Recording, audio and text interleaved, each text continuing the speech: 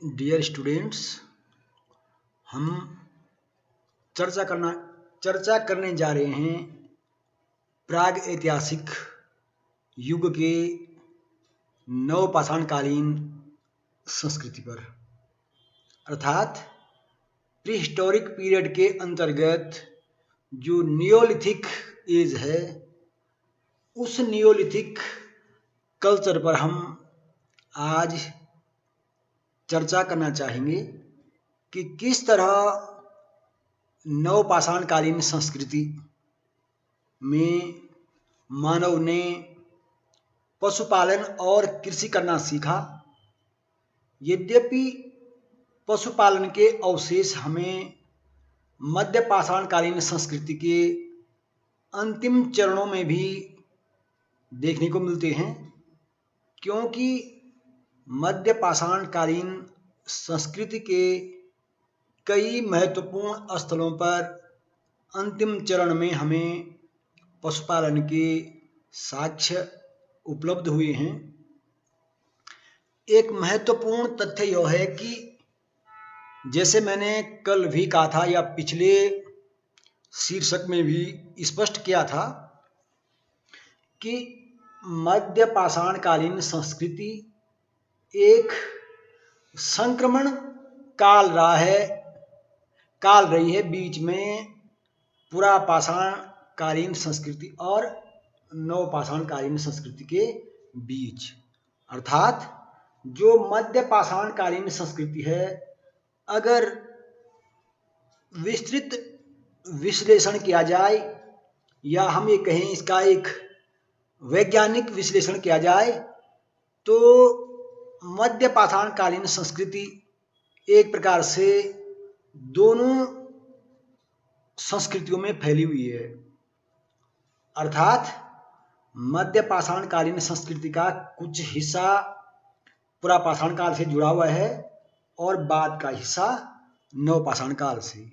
इस तरह देखा जाए तो तार्किक रूप से मध्य पाषाणकालीन संस्कृति अपने आप में कोई स्वतंत्र संस्कृति नहीं है, जबकि इसकी तुलना में पुरा पाषाणकालीन संस्कृति एक स्वतंत्र संस्कृति है जिसकी अपनी निश्चित विशेषताएं हैं, और इसी प्रकार नवपाषाणकालीन संस्कृति भी एक स्वतंत्र संस्कृति है जिसकी अपनी निश्चित और अलग विशेषताएं हैं। यद्यपि विश्व के संदर्भ में हम चर्चा करें तो विश्व में 10,000 या हम कहें 9,000 ईस्वी पूर्व नवपाषाणकालीन संस्कृति के अवशेष मिलने प्रारंभ हो जाते हैं, परंतु भारत के संदर्भ में जब हम नवपाषाण संस्कृति का अध्ययन करते हैं तो हमें इसके अवशेष 7,000 ईस्वी पूर्व से उपलब्ध होते हैं, क्योंकि विश्व के संदर्भ में नवपाषाण काल का आरंभ 9,000 ईस्वी पूर्व से माना जाता है, और इसके जो सर्वप्रथम अवशेष या साक्ष्य मिले हैं विश्व के संदर्भ में, तो वह हमें प्राप्त हुए हैं पश्चिमी एशिया के जेरिको नामक स्थान से। जेरिको में कृषि व्यवस्था के संभवतः सबसे प्राचीनतम साक्ष्य मिलते हैं। परंतु भारत के संदर्भ में जो नवपाषाणकालीन संस्कृति के अवशेष प्राप्त होते हैं वो हमें प्राप्त होते हैं 7,000 ईस्वी पूर्व से, और जो सबसे प्राचीन स्थल है भारत में नवपाषाणकालीन संस्कृति का वह मेहरगढ़ माना जाता है। मेहरगढ़ वर्तमान में पाकिस्तान में स्थित है, परंतु मेहरगढ़ को भारत में या हम कह सकते हैं भारतीय उपमहाद्वीप में नवपाषाणकालीन संस्कृति का सबसे प्राचीन स्थल माना जाता है। मेहरगढ़ जो कि पाकिस्तान के बलूचिस्तान प्रांत में स्थित है, इसे बलूचिस्तान का ब्रेड बास्केट भी कहा जाता है, अर्थात बलूचिस्तान का रोटी का कटोरा भी मेहरगढ़ को कहा जाता है। यहाँ के निवासी प्राचीनतम जो यहाँ के निवासी रहे हैं वे पशुपालन और कृषि कार्य करते थे, और जो कि ये मेहरगढ़ संस्कृति थी, अर्थात नवपाषाण कालीन जो मेहरगढ़ संस्कृति थी, इसके जो अवशेष हैं, उन अवशेषों का ह्रास या इस संस्कृति का ह्रास 5550 ईस्वी पूर्व बाढ़ के कारण माना जाता है। अर्थात यह साक्ष्य हमें प्राप्त होते हैं कि 5550 ईस्वी पूर्व बाढ़ के कारण मेहरगढ़ की नवपाषाण कालीन संस्कृति नष्ट हो गई थी। इस संस्कृति के लोग पत्थर और हड्डियों के बने औजारों से कृषि कार्य करते थे और ये जौ और गेहूं की फसल उगाते थे। साथ ही साथ पशुपालन के अंतर्गत ये गाय, भेड़ और बकरी भी पालते थे। यहाँ से जो है कच्ची ईंटों के अवशेष भी प्राप्त हुए हैं, अर्थात मेहरगढ़ के लोग कच्ची ईंटों के घरों में निवास करते थे, कच्ची ईंटों से घर बनाते थे। इसी तरह जो नवपाषाणकालीन संस्कृति रही है, इस संस्कृति के बारे में जो अन्य महत्वपूर्ण तथ्य हैं वह यह है कि इस संस्कृति के लोग मृदभांड बनाना जानते थे, अर्थात चाक की जानकारी नवपाषाणकालीन लोगों को हो चुकी थी। या हम ये भी कह सकते हैं कि वास्तव में जो कुम्हार के चाक का प्रयोग आरंभ हुआ वह नवपाषाण काल से ही आरंभ हुआ, क्योंकि विद्वानों के अनुसार 5000 ईस्वी पूर्व से पहले चाक पर मृदभांड बनाने के साक्ष्य प्राप्त नहीं होते हैं, और जो साक्ष्य प्राप्त होते हैं वह होते हैं 4500 ईस्वी पूर्व के। अतः ये माना जा सकता है कि 4500 ईस्वी पूर्व तक मानव को चाक की जानकारी हो चुकी थी और वह चाक पर मृदभांड बनाने लग गया था। इसीलिए नवपाषाणकालीन संस्कृति से संबंधित स्थलों से मृदभांडों के अवशेष बड़ी मात्रा में उपलब्ध हुए हैं। जो भारत में अन्य महत्वपूर्ण नवपाषाणकालीन संस्कृति के महत्वपूर्ण स्थल रहे हैं, उनमें कई बस्तियों के अवशेष, जो सिंधु की एक सहायक नदी है हकरा, तो हकरा नदी जो अब सूख गई है, तो हकरा नदी की सूखी घाटी में 47 उत्तर नवपाषाणकालीन बस्तियों के अवशेष मिले हैं।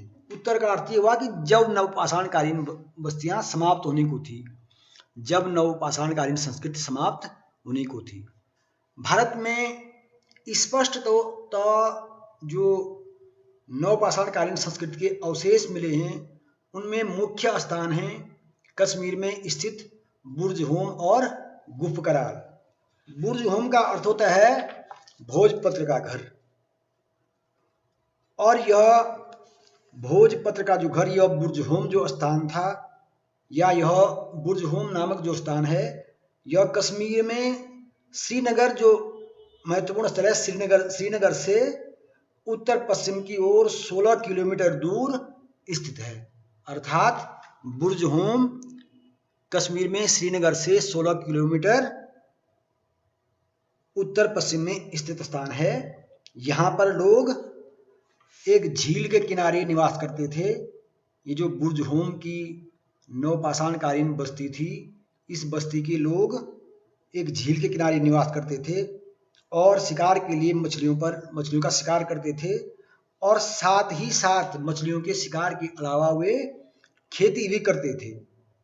बुर्जहोम संस्कृति की सबसे महत्वपूर्ण विशेषता है कि ये लोग गर्तावास अर्थात भूमि के नीचे, जमीन के नीचे जो घर बनाते थे, जमीन के नीचे घर बना कर रहते थे और उन्हीं गर्तावासों में निवास करते थे।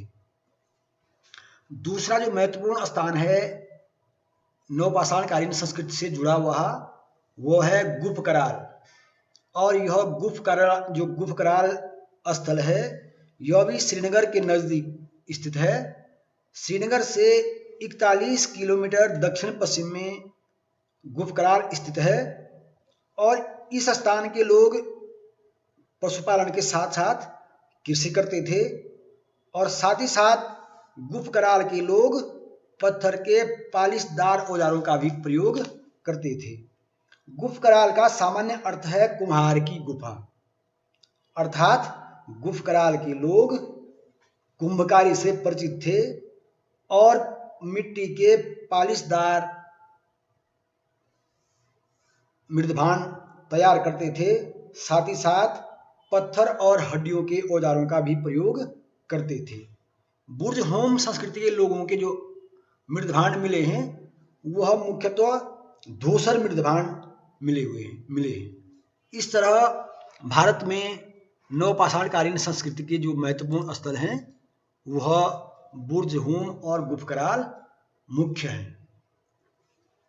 इसके अलावा नवपाषाणकालीन संस्कृति से जुड़े अन्य महत्वपूर्ण स्थल जो हैं उनमें एक महत्वपूर्ण स्थान है चिरांद। और चिरांद जो है बिहार की राजधानी पटना से 40 किलोमीटर पश्चिम में है। इस चिरांद नामक स्थान से भी बड़ी संख्या में नवपाषाणकालीन संस्कृति के अवशेष प्राप्त हुए हैं। चिरांद में जो बस्तियां, जो लोग निवास करते थे चिरांद में, वे लोग मुख्यतः सरकंडे और मिट्टी के घरों का निर्माण करते थे और उन्हीं घरों में वो निवास करते थे। चिरांद में जो औजार मिले हैं उन औजारों में हड्डी के औजार मुख्य हैं और इससे स्पष्ट होता है कि चिरांद के लोग हड्डियों के औजारों का मुख्यतः प्रयोग करते थे। यहाँ के लोग खेती करते थे और खेती के साथ साथ पशुपालन भी करते थे।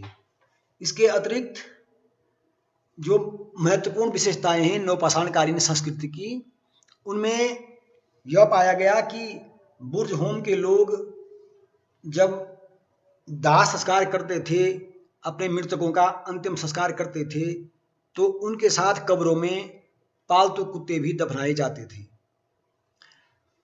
जो अन्य महत्वपूर्ण बस्तियां नवपाषाणकालीन संस्कृति से जुड़ी हुई हैं उनमें जो अवशेष प्राप्त हुए हैं, तो एक जो महत्वपूर्ण नवपाषाणकालीन मानवों का समूह था वह गोदावरी के तट पर निवास करता था।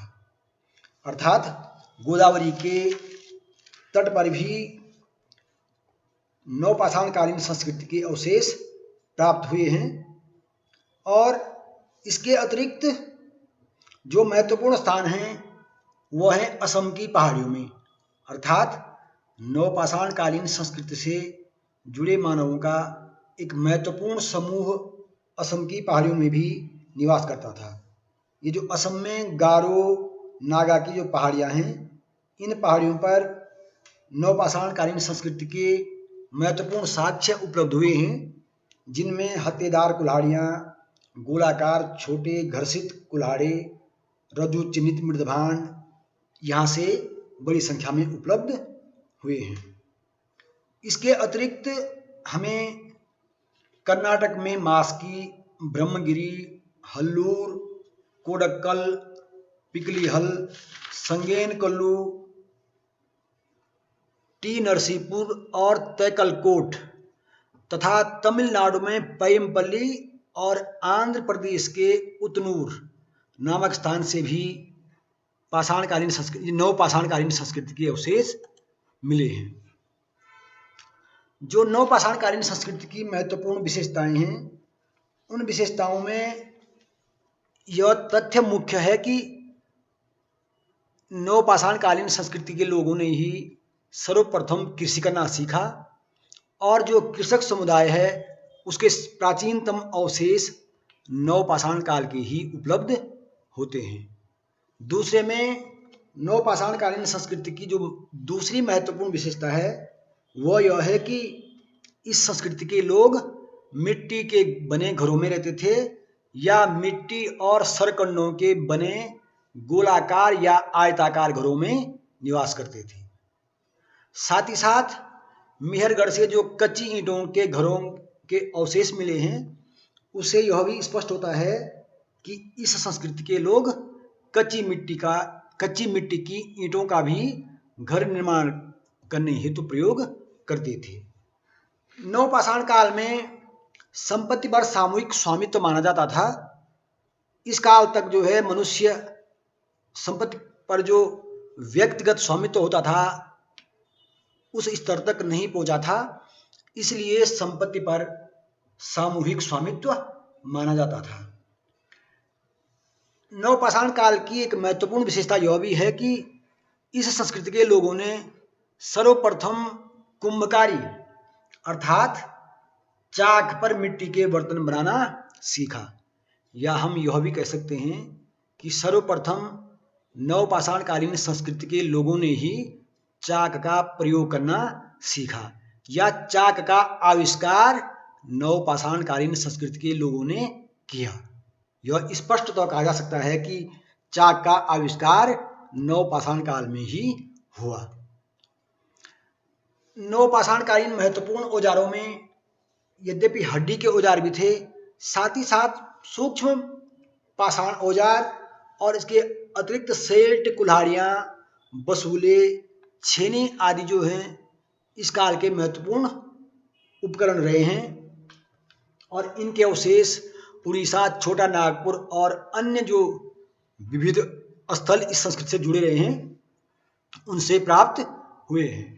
इस तरह हम समझ सकते हैं कि नवपाषाण काल भारतीय प्रागैतिहासिक युग का एक महत्वपूर्ण काल रहा है, और विश्व के संदर्भ में भी हम कह सकते हैं कि नवपाषाणकालीन संस्कृति में ही मानव ने कृषि करना सीखा और पशुपालन को आगे तक बढ़ाया। हम ये कह सकते हैं कि मानव विकास के इस प्रमुख चरण में नवपाषाणकालीन संस्कृति में मनुष्य ने पशुपालन के साथ साथ कृषि करना सीखा, मिट्टी के बर्तन बनाना सीखा और विभिन्न प्रकार के हड्डियों और पत्थर के औजारों का प्रयोग करना निरंतर जारी रखा, और जिससे मानव विकास आगे बढ़ा। और कालांतर में जो हम देखते हैं कि तांबे की खोज से ताम्र पाषाणकालीन संस्कृति का मार्ग प्रशस्त हुआ।